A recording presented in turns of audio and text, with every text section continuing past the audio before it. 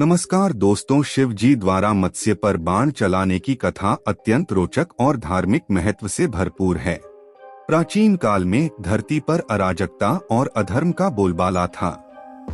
असुरों ने चारों दिशाओं में उत्पात मचा रखा था और धरती पर पाप की वृद्धि हो रही थी। इस स्थिति को देखते हुए भगवान विष्णु ने मत्स्य मछली का अवतार लिया।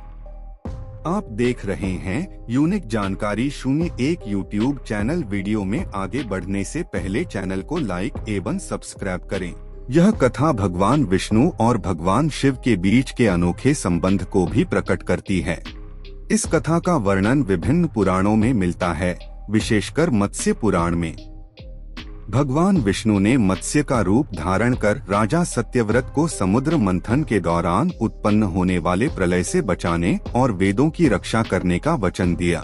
एक दिन जब राजा सत्यव्रत नदी में स्नान कर रहे थे, तभी उन्हें एक छोटी मछली मिली और उसने कहा, महाराज मुझे बचा लीजिए, मैं इस नदी में नहीं रहना चाहती क्योंकि यहाँ छोटी मछली को बड़ी मछली खा जाती है, इसलिए आप मेरी जान बचाओ, आप मुझे अपने कमंडल में रख लो, मैं उसी में रह लूंगी। राजा सत्यव्रत ने उसे अपने कमंडल में रख लिया। राजा सत्यव्रत उसे अपनी कुटिया में ले आए और कमंडल को रख दिया। उसके बाद रात में मछली ने आवाज लगाई, महाराज मेरा दम घुट रहा। महाराज ने उठकर देखा, मछली काफी बड़ी हो गई थी। तब महाराज ने सोचा इसे तालाब में छोड़ देना उचित होगा और उसे एक तालाब में छोड़ दिया। थोड़ी देर बाद फिर आवाज आई, महाराज महाराज। राजा सत्यव्रत ने देखा वह मछली रातों रात बहुत बड़ी हो गई और सत्यव्रत ने उसे नदी में छोड़ दिया, लेकिन मछली फिर भी बड़ी होती रही और अंततः समुद्र में स्थानांतरित कर दी गई।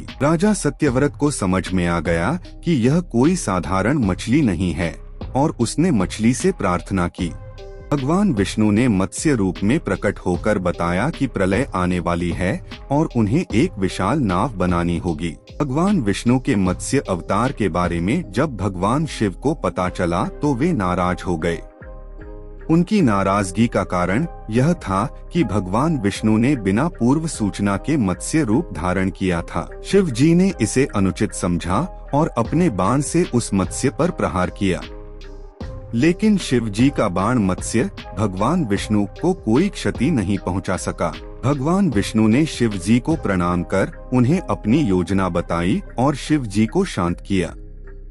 यह कथा बताती है कि भगवान शिव और भगवान विष्णु का आपस में गहरा संबंध है और वे एक दूसरे की भूमिका का सम्मान करते हैं। इस कथा से यह भी स्पष्ट होता है कि भगवान विष्णु ने धरती पर पाप के नाश के लिए मत्स्य अवतार लिया और भगवान शिव ने उनके कर्तव्यों की पुष्टि की। इस कथा से यह शिक्षा मिलती है कि धर्म और सत्य की रक्षा के लिए देवताओं ने हर संभव प्रयास किया और उनके आपसी सामंजस्य ने ही संसार की रक्षा संभव बनाई।